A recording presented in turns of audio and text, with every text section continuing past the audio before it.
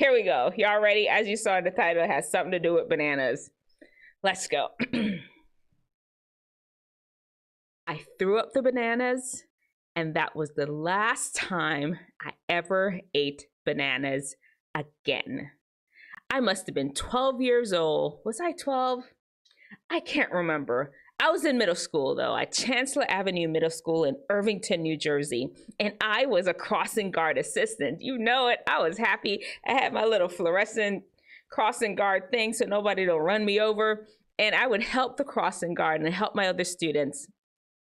This particular day I got there, I just was not feeling well. I was having a headache, and I was getting headaches but about once a month. This is like right before puberty was starting for me. And I think my body was just adjusting to the different level of hormones. I don't know if that's happened to you right now or if that's happened to you before if you've already moved to puberty. But my body was getting used to the whole thing. And I was getting these headaches and I just wasn't feeling good. I was just out there helping them kids cross the street. I was feeling queasy in my stomach. And before you know it, it all came out on the sidewalk in front of Chancellor Avenue School. Luckily, my crossing guard duties were almost over and most of the kids were already inside school, so nobody really saw.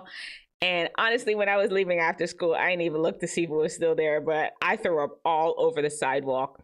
My cereal, cornflakes I had that morning with bananas in it.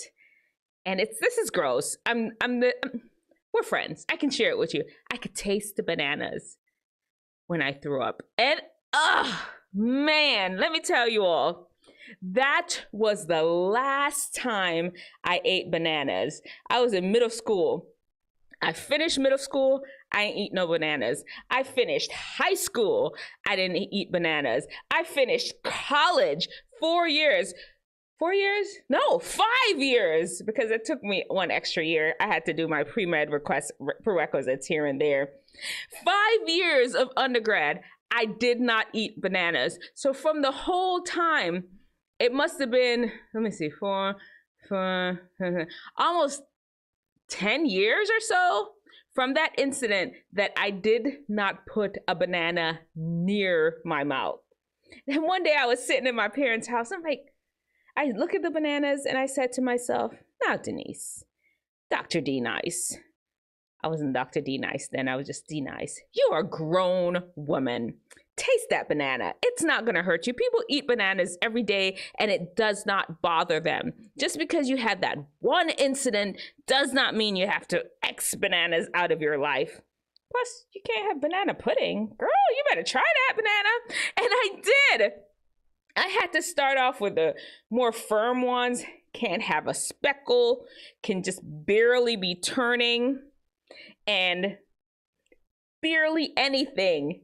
And I ate it and it was fine.